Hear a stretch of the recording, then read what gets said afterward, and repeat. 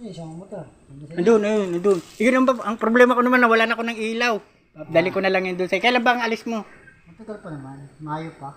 Anampan mo naman ako ng ilaw nun. Wala na, hindi nagmagana ng ilaw. Na headlight lang. Headlight. Oo, headlight. Bombilya? Oo.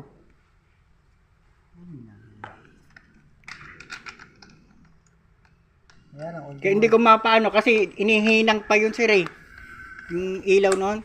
Oo. Iba na yun Iba na yun eh. Hindi nakatulog. Okay lang, magiging. Wala na pare. Mabato tayo. Hindi kasi ang gamit ko.